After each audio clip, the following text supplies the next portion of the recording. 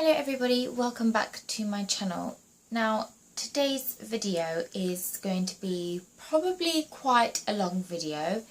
It's going to be a very chatty video, and it's also going to be a video that I have wanted to film for a really long time, but I've just not been brave enough to film it, and I think it's because I'm not very confident when it comes to speaking. I think that most of my viewers, and especially family members who have watched my videos, notice that I say a lot and I kind of stutter on my words a lot, and that is because I am not confident in speaking in front of people or a camera or anything like that. But I kind of started making chatty YouTube videos to try and overcome that fact. Anyway, from the title you have probably seen that this video is going to be about diabetes. Now, I have been planning a series of diabetes videos for a really long time now, and one of my ultimate goals in doing YouTube is to raise more awareness of type 1 diabetes, because I don't think that a lot of people actually know a lot about it, and I don't think there's actually a lot of people on YouTube who speak about type 1 diabetes. At least I've never seen people speak about diabetes. So living with the condition myself, I thought that it would be perfect for me to sort of raise a bit of awareness and also to chat a bit about different areas of diabetes that people normally ask questions about or want to know about. So yeah, I have planned 6 different videos, which I don't know when I'll be uploading. I mean, there's not going to be a set day of the week or anything like that to upload these videos. It's literally going to be when I can, because as I've said before, I am really busy with work all the time. I do have, you know, an actual job. YouTube is not my job, so it is very hard for me to upload a lot of videos. I have to work around work and making things for YouTube and my blog. Today's video is just going to be sort of like an introduction to what diabetes is. It's going to be some frequently asked questions and also about insulins and injection sites. In the description box below I have included a bit more information about why I want to do these videos. If you want to give that a bit of a read, then please do, and I will also be giving a bit more information on my blog posts. I don't want to offend anybody in anything that I'm saying in these videos. I am not an expert at all. I am just someone who is trying to give a bit of knowledge to people out there, even though I am still learning myself, and like I said, I am not great with my words. But I just want to target or help someone out there who is also living with diabetes or wants to know a little bit more about it and just offer a little bit of support. I have got a few little notes here in front of me, so if you see me looking down, I'm just reading those notes because I'm not going to remember everything. So I've got a few little notes just to help me along the way. First question that a lot of people ask is, what causes type 1 diabetes? A lot of people think that it's because you eat too much sugar. That is not true. Type 1 diabetes happens when your body is not able to produce insulin. So we have an organ called a pancreas which produces insulin, and when you have type 1 diabetes, that organ no longer functions. Insulin is a hormone that's needed to control the amount of sugar or glucose that's in your blood. So when you eat something, your digestive system breaks down food, and it passes its nutrients, which includes glucose, into your bloodstream. Now, the pancreas usually produces insulin, which transfers any glucose in your bloodstream and your cells, and it converts it into energy. Now, there is going to be a lot of information which some people are going to find hard to take in, but I mean, you're going to have this video online forever. You can just read it over and over, and like I said, I will also have blog posts on all of this. If you have type 1 diabetes, like I said, your pancreas is not able to produce insulin, which means that glucose can't be moved out of your bloodstream, so the glucose just stays in your bloodstream. Second question is, will you grow out of it? Unfortunately, people who have type 1 diabetes at the moment, it is for life. There has not been any found cure to diabetes as of yet. Obviously there's always that hope for a cure, but people with type 1 diabetes kind of survive through injecting insulin, which I will come on to in a bit. So, unfortunately, you will not grow out of it. I've had it for 11 years, and there was always early on the talk about a possible future cure, but people are always saying in another 10 years it will come, in another 10 years it will come, and there is always that hope, but I don't actually know if it will happen or not. So, does everyone with type 1 diabetes have to inject insulin? As there's no cure for diabetes at the moment, insulin is our form of treatment and our way of, staying alive, basically. Without injecting insulin, you would not live, because there would be so much glucose in your bloodstream, you would become very, very unwell, and you wouldn't survive without injecting insulin. So yes, everyone who has type 1 diabetes has to inject insulin. This form of treatment aims to keep your blood glucose levels under control, and your symptoms under control as well, to prevent health problems developing in later life. So insulin comes in several preparations. There are loads of different types of insulins. There are long-lasting insulins which last for the whole day. There are insulins which are short-acting insulins which last up to 8 hours. And then you've got your quick-acting insulins as well. But this is my insulin kit, which I keep with me at all times. It's looking a bit messy at the moment, but I keep my needles in this little section here. And then I've got 2 insulins, which I will show you now. This is actually a new pen which I got, I think in October last year. I'm just trying to focus it.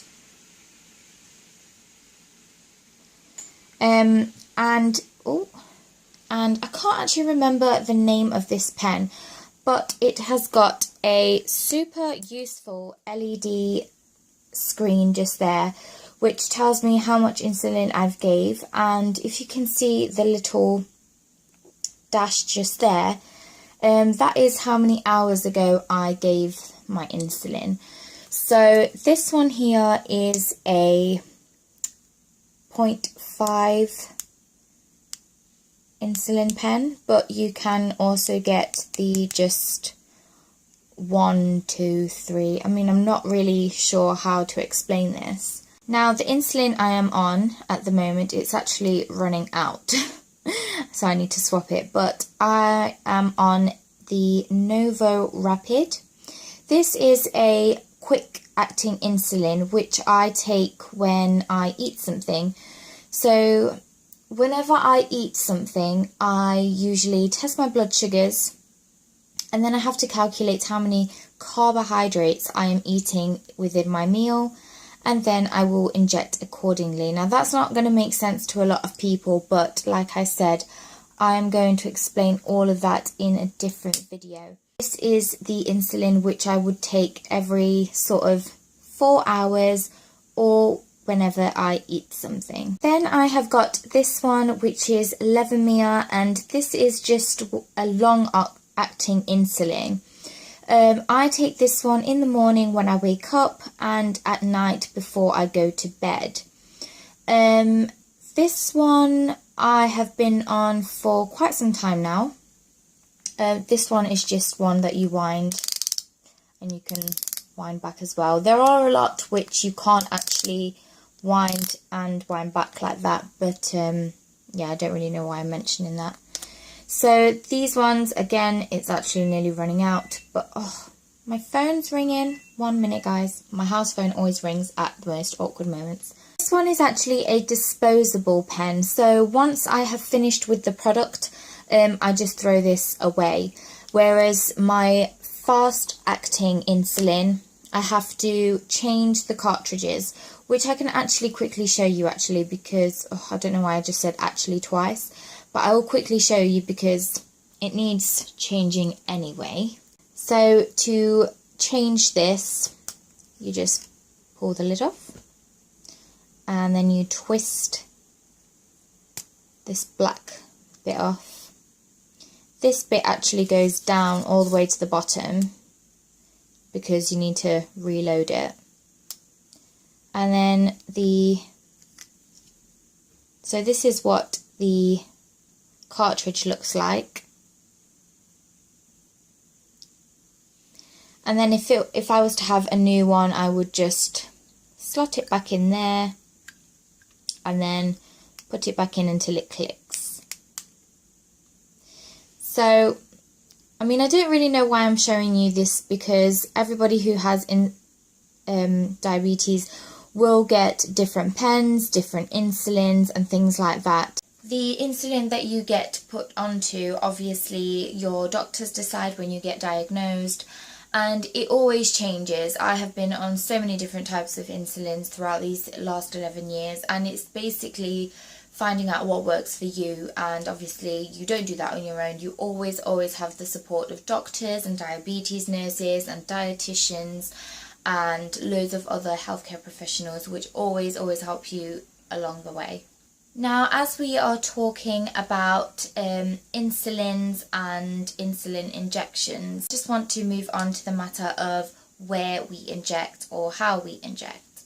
Insulin should be injected into fatty tissues of the skin. If you inject into areas of the muscle, then your body will absorb the insulin too quickly, and we don't want that because that can cause low blood sugars, which could be really dangerous. So the areas which are recommended to inject are the abdomen area, just below the belly button, your thighs, and also the buttocks. And we used to be allowed to inject in our arms, but that has now been forbidden because arms aren't a fatty tissue, they are actually a muscle. So injecting in these areas can be quite dangerous, and it's not as effective as the other areas of your body which are fatty tissues. People who take insulin need to make sure that they rotate the areas in which they inject in.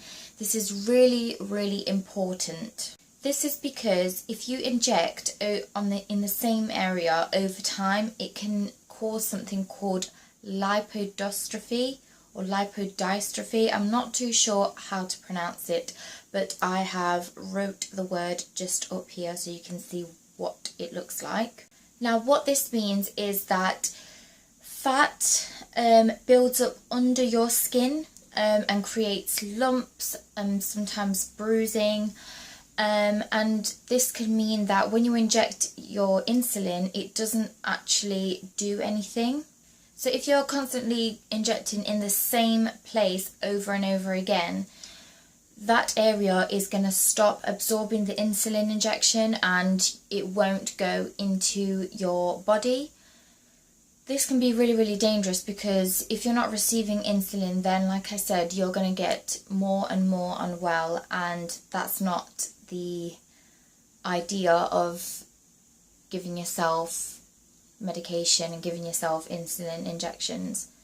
So even though you only have the stomach, the legs and the buttocks area to work with, you need to make sure that when you are injecting, you're doing it in different areas within those areas, if that makes any sense. So people know that there's two types of diabetes, and another question that gets asked a lot is what is the difference between type 1 diabetes and type 2 diabetes. They can sometimes get confused, and some people think that they're the same, but they're not. Type 1 diabetes is an autoimmune disease, which means it results from the immune system mistakenly attacking parts of the body. So in the case of someone with type 1 diabetes, the immune system incorrectly targets insulin producing cells in the pancreas. Nobody actually knows why this happens or how to stop it. The immune system just kind of, attacks these cells until the pancreas is incapable of producing any insulin. People with type 1 diabetes need to inject insulin to compensate for the fact that the pancreas doesn't produce any. So someone with type 1 diabetes is known as insulin dependent.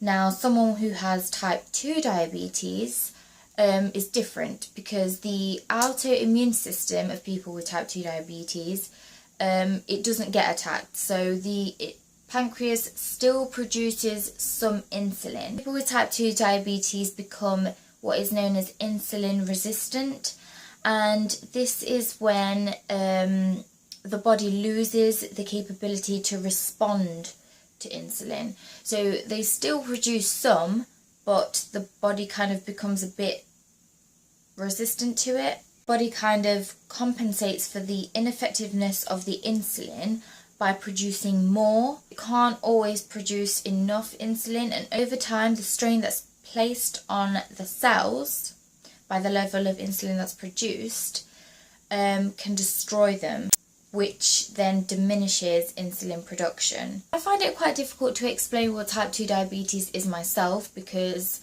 I don't actually have the condition of type 2 diabetes. I have type 1 diabetes, which is, I would say, the more severe case, but it's the